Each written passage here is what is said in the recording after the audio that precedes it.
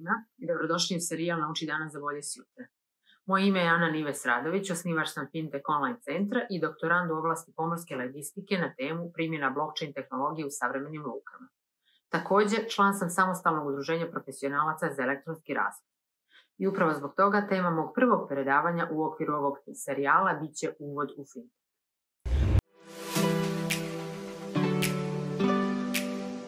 Jedno od ključnih pitanja na koje je u početku važno dati odgovor jeste na šta tačno mislimo kada za nešto upotrijebimo izraz fintech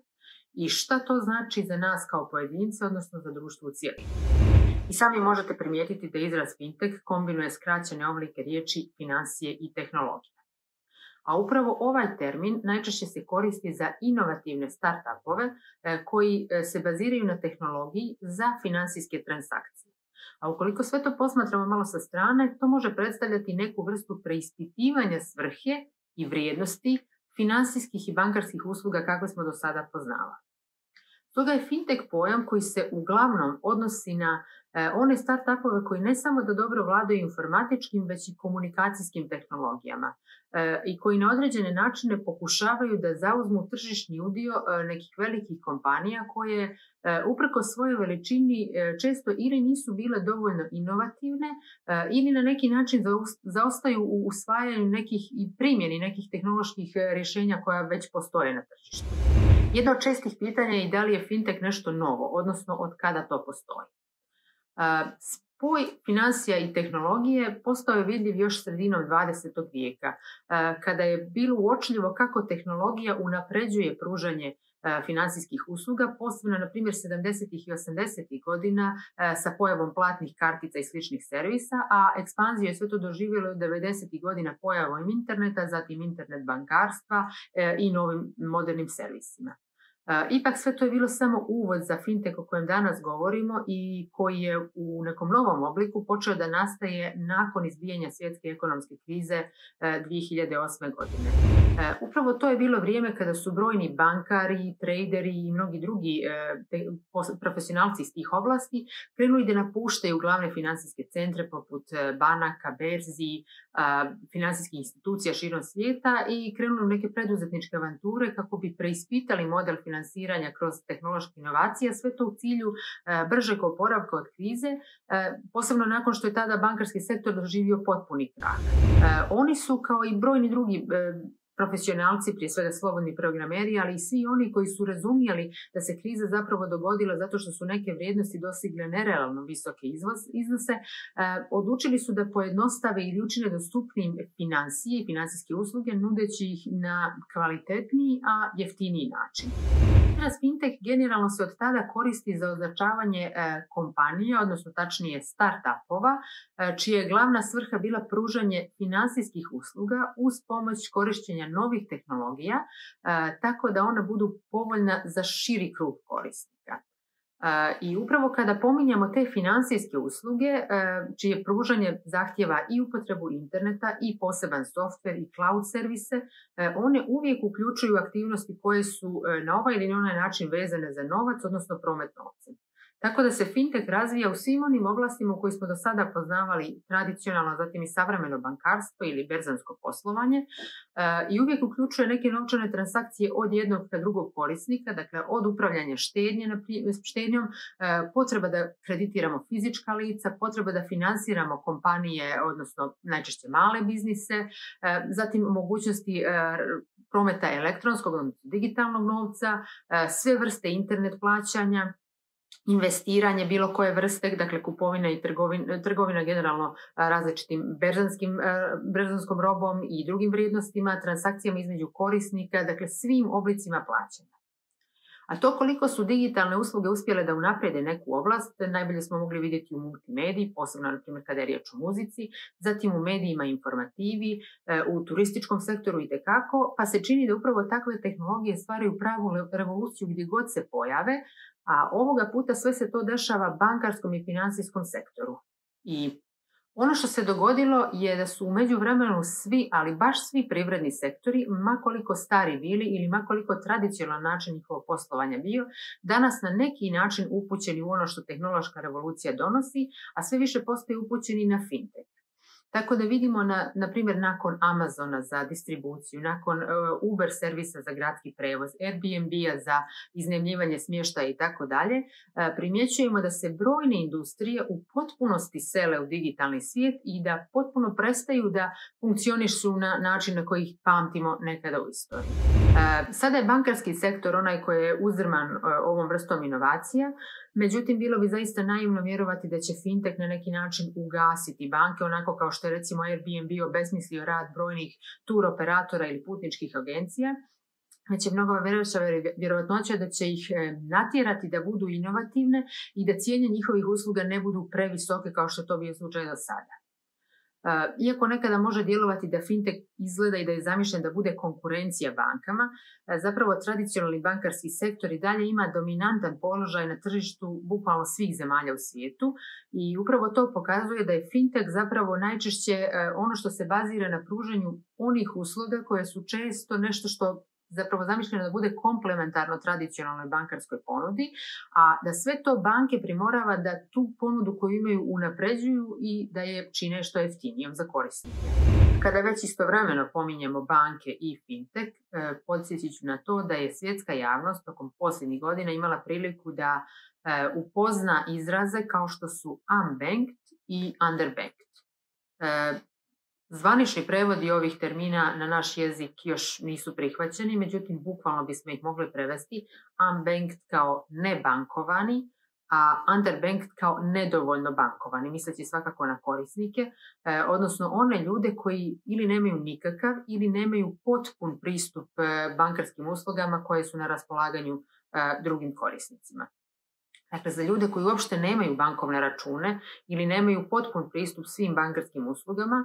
neki fintech startupovi bi zaista mogli biti od velikog značaja ukoliko ponude neka od onih koje bi se smatrala ključnim rješenjima za njih kao buduće korisnike. Sa druge strane, takvo pružanje financijskih usluga može otvoriti pitanje kontrole, odnosno nadzora nad takvim operacijama i istovremeno zahtijevati inovativnost, odnosno prihvatanje inovacije u regulatornom okviru.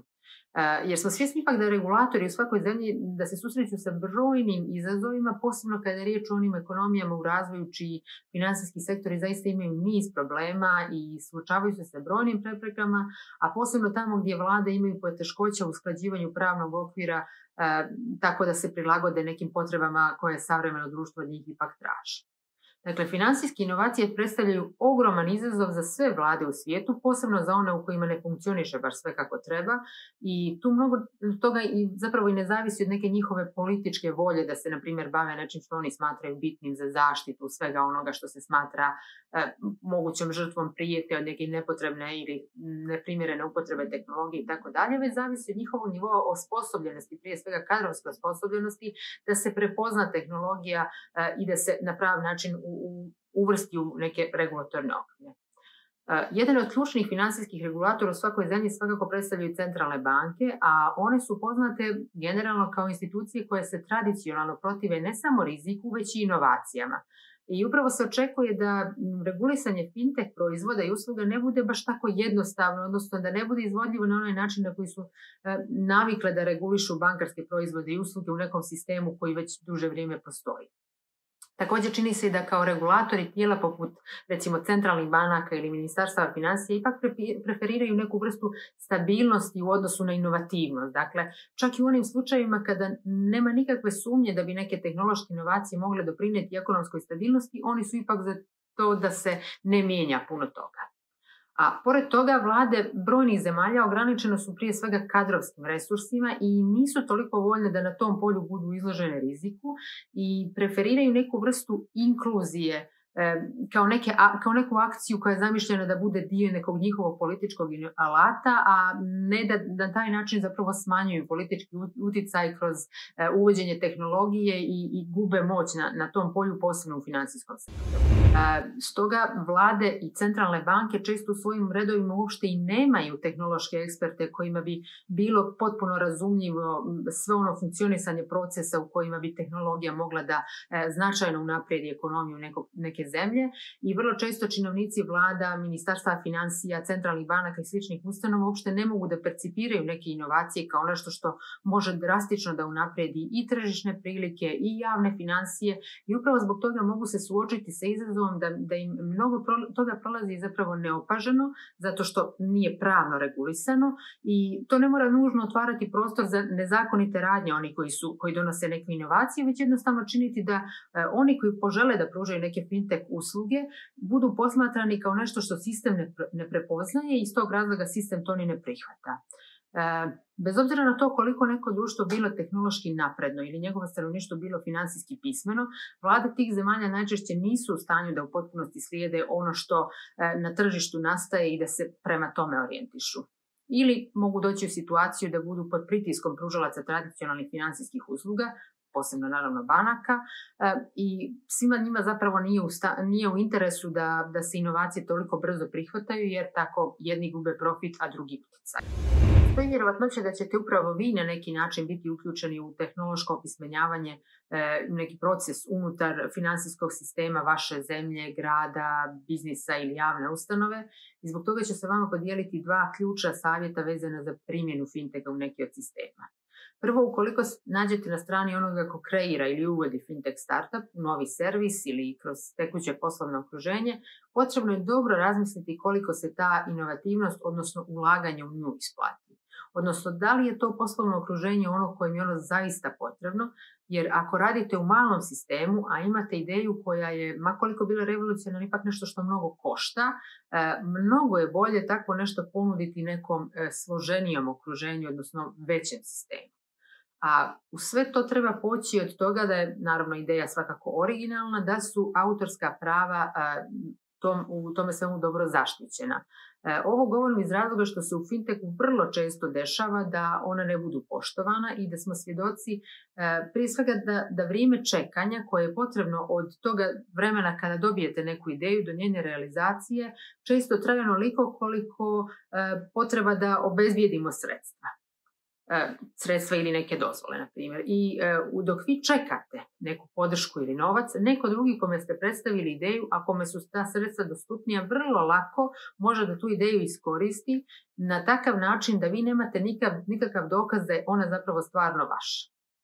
Sa druge strane, ako se nađete u ulozi regulatora, budući da radite, na primjer, u nekoj od institucija koje prate finansijski promet, bilo koja vrsta slijepog pridržavanja propisa zaista ničemu ne vodi. Odnosno, u većini zemalja ono što fintech donosi ne pominje se ni u jednom postojećem propisu, posebno ne u zakonima, već je samo izuzeto iz onoga što reguliše neke druge finansijske pojave i procese. Ili jednostavnije rečeno, radije inicirajte izmjene propisa umjesto da pokušate da fintech inovacije prilagodite, na primjer, zakonu o bankama ili zakonu o elektronskoj trgovini, koji zaista nisu nešto što prepoznaje ovu vrstu inovacija. Ovo je bio samo uvod, a u narednim video lekcijama bit će više pojašnjenja o tome kako, zašto i kada koristiti fintech kao alternativu i na koji način. Pozivam vas i da pratite ovaj kanal jer ćete i kod kolega koji se bave drugim temama naći još mnogo korisnog sadržaja.